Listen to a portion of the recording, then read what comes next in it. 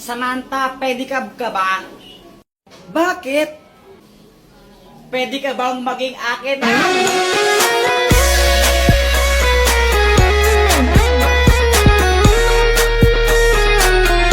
Jepoy, di ka ba napapagod? Bakit? Kasi magdamag ka ng tumatakbo sa isip ko. Nahulog ka pa sa puso ko.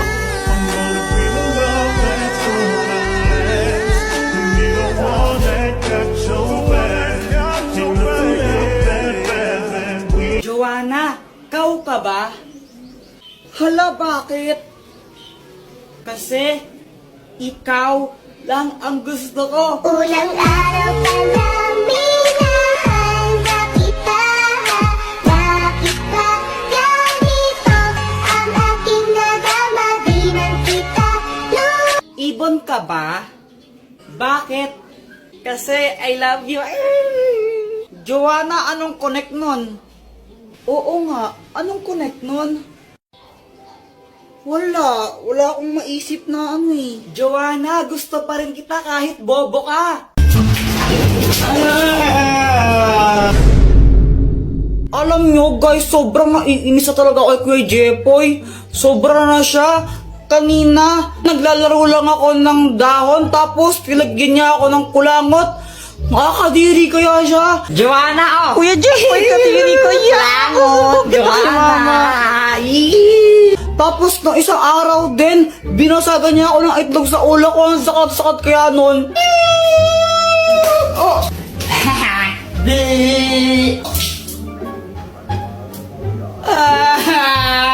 Kaya gagantihan ko talaga siya. Ay, Joanna! Hello, Samantha! Ay, nagbo-vlog ka? Oo, vlog ko to. Uy, may sabihin ako sa'yo. Huwag mong bati si Kuya Jepoy. Hala, bakit? Ang bad niya kaya. Kanina nilalagyan niya ako ng kulangot niya. Tapos binasagan niya rin ako ng itlog sa ulo ko. Sakit-sakit. Hala, ang bad naman niya. O sige, di ko siya bati. Huwag mo siyang bati, ha? Samantha, laro tayo! Sandali lang, Joanna. Maglalaro lang kami, ha? Bye-bye! Kala ko ba hindi mo siya bati? Epal ka rin eh, no? Friends over na tayo. A few moments later. Ayan guys, naglalaro mag-isa si Kuya Jepoy kasi pinauwi na si Samantha. Guys, nakita ko yung laruan niya, oh. Sisirain ko na lang to para maaganti ako sa kanya. To, pupukpukin ko ng bato.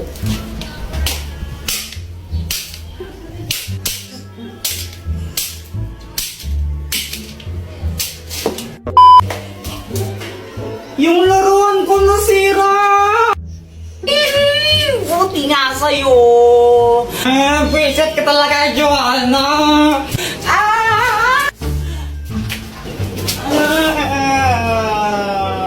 Hoy, ba't nag-aaway na naman kayo, ha? Mama, si Kuya Jepoy, binago niya ako ng tsinelas! Ang sakit! Joanna kasi mama, sinira din yung laruan kong parilayan na sinira niya. Anong sabi ko, di ba? Sabi ko masamang mag-away. Gusto yung paluin ko kayong dalawa, ha?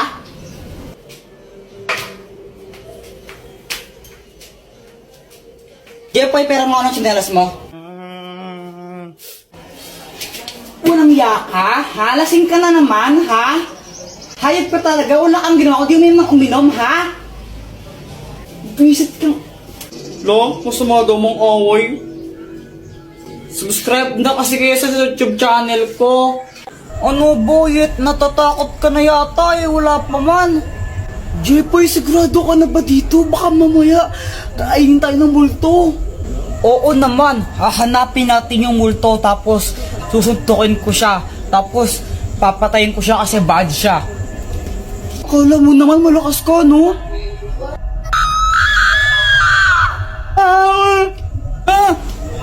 Uy, para kayong mga tanga ako to sa Joanna. Ba't ka may dalang kandila para kang ewan? Uy, Joanna, para ang tanga, no ginagawa mo? Wala lang, susunugin ko yung multo pag inano niya ako. Uy, si Samantha pala, di daw siya makakasama yata. Pabayaan mo nga si Samantha, tara hanapin na natin yung multo. O sige, tara na. Ano yan, may multo? Tara na, uwi na tayo, may multo. Kuya Jepoy, pusa yun eh. Duwag ka. Sabi ko nga, pusa lang yun. Hindi ako natakot, no? Pinaprank ko lang kayo. Tinitignan ko kung takot na ba kayo. Tara na. Palusot. Hala, ano yun? Ang baho, ano yun? Hala, nautot pala ako.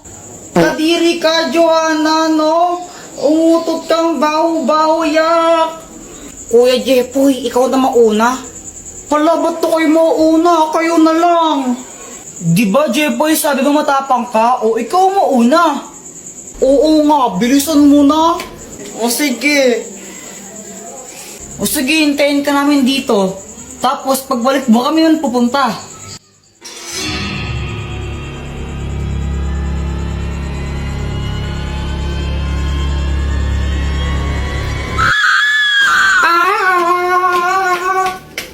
Guys, may sasabihin ako.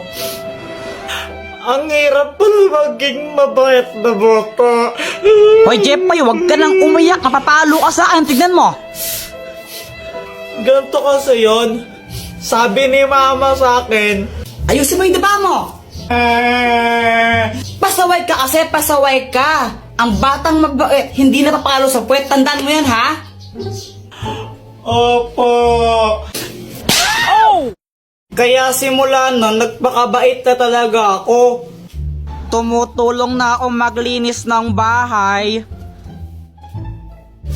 Mama, tapos na ako magwalis. Mama, naubos ko na po yung gulay. Aba, Jepoy, very good ka na ngayon, ha? O sige, pagpatuloy mo. Kumakain na rin ako ng gulay kahit ayoko ng lasa. Tapos natutulog na ako tuwing hapon. Sip-sip. Buti pa si Jepoy mabait na bata o natutulog ng hapon, sumusunod. Ikaw, Joanna, matulog ka na rin. Mama, ayoko. Oh, pasaway na bata ka, ha? Tinuloy-tuloy ko lang yun hanggang sa isang araw. Ano, ready na ba kayo? Aalis na tayo. Mama, si Kuya Jepoy tulog pa eh. Mukhang mahimbing ang tulog ni Jepoy eh. Tara, iwan na lang muna natin. Next time na natin siya isama. Pagkagising ko, hinahanap ko si Mama. Higigisa na ako pang computer. Ma? Lumabas ako tapos nakita ko tong mga marites na to. Tita, nakita niyo po ba yung mama ko? Ay, umalis! Pumunta ng SM! Hindi ka sinama? Kala ko, nasa labas lang sila.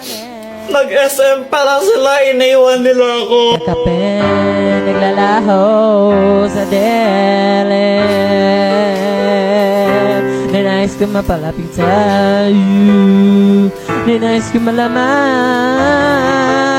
mo ng mga pag-ihera. Shout out nga po pala kay James Ann Montaya. Di ko po alam kung Jans or James Montaya. Basta ito po siya. Nakita na po kami niyan. Kay Tanggol Juliana, tsaka po kay Charmaine de la Cruz. Thank you po sa inyo. Subscribe na po kayo sa YouTube channel ko.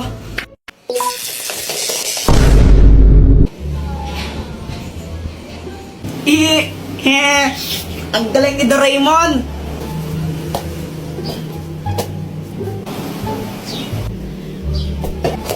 Aray! Joanna, buisit ka. Visit ka talaga, Joanna. Lagot ka sa akin. Mama, si Kuya Jepoy, oh! Sige, subukan mo sakto ng kapatid mo. Mapapalo ka taga sa akin. Nakikita mo tong hanger na to, ha? Tatama sa'yo to. Mama, si Joanna yung nauna eh. Binato niya ako ng bola sa ulo. Ay, wala akong pakialam, Jepoy. Ikaw yung mas matanda. Dapat ikaw yung umintindi. Hayaan mo na siya. Huwag mo siya papatulan.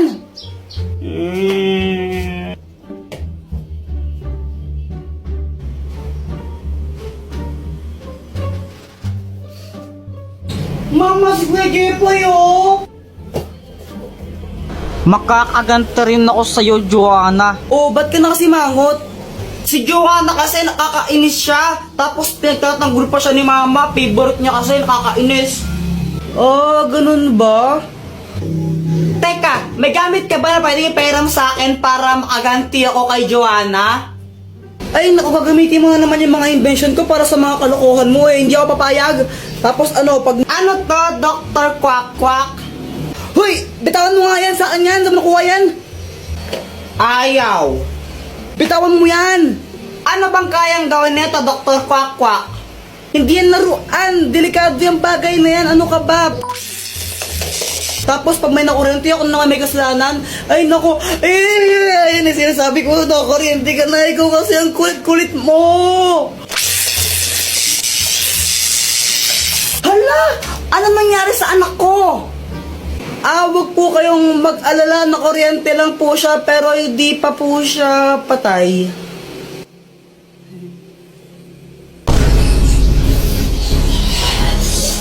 Takbo! Mama, lalaro lang kami sa labas. Uy, Kuya Jepoy, sama ako! Pal. Halimos po. Hala, kawawa naman si Kuya. Kuya, ito po Uy, Jepoy, matulungin. Sana all. Kuya Jepoy, ang damot mo naman. Nagbibigay ka piso. Wala na akong pera eh. Alam ko may 10 piso ko pa dyan binigay ni mama kanina. O, pang computer ko to. Di Kuya Jepoy, madamot ka lang talaga.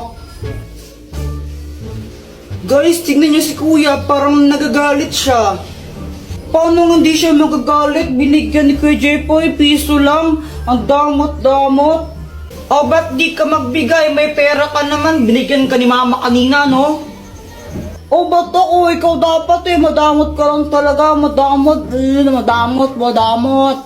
Kuya, ikaw na nga lang binigyan. Ang choosy mo pa. Madamot ka lang talaga, Kuya Jepoy. Guys, naging zombie si Kuya. Takbo!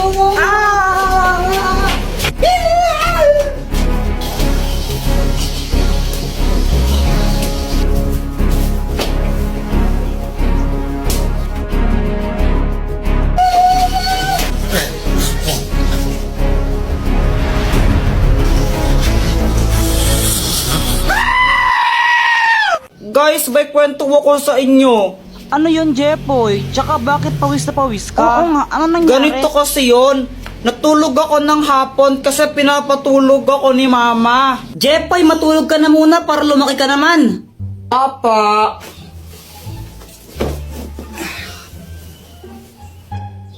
O pati ikaw, Joanna, matulog ka na rin ha? Opo.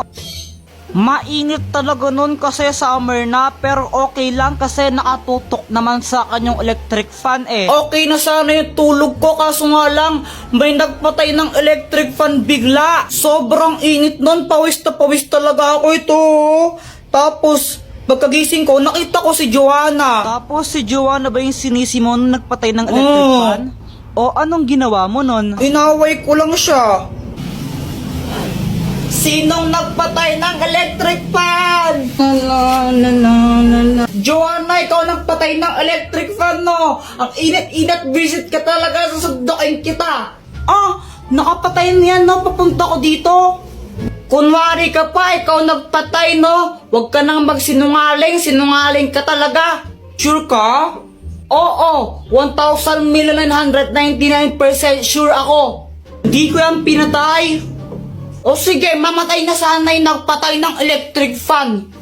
Hala, isusumbong kita. Si mama yung nagpatay ng mga electric fan eh. Lagot ka. Oy, sandali lang. Sobrang nagulat ako nun. Si mama pala yung nagpatay ng electric fan. Kaya kinakabahan ako kasi sinabi ko yun. Tapos sinumbong pa ako ni visit na Joanna. Mama, di ba ikaw po nagpatay ng mga electric fan? Oo anak, pinatay ko muna yung mga electric fan kasi nagwawalis ako, baka liparin yung mga alikabok. Pero kung nainitan kaya si Dinyo na, sige. Sabi po kasi ni Kuya Jepoy, mamatay na daw po sa nagpatay ng electric fan niya.